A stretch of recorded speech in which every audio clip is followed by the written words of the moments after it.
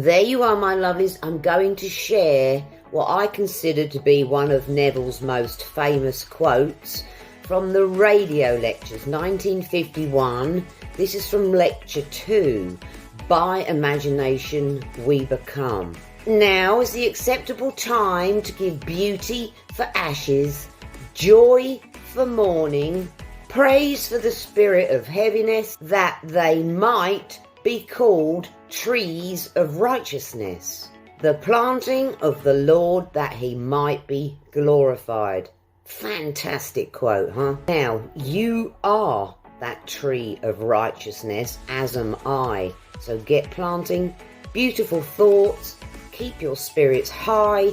I'll be back with some more quotes. Leave a comment, subscribe, thumbs up, share some love.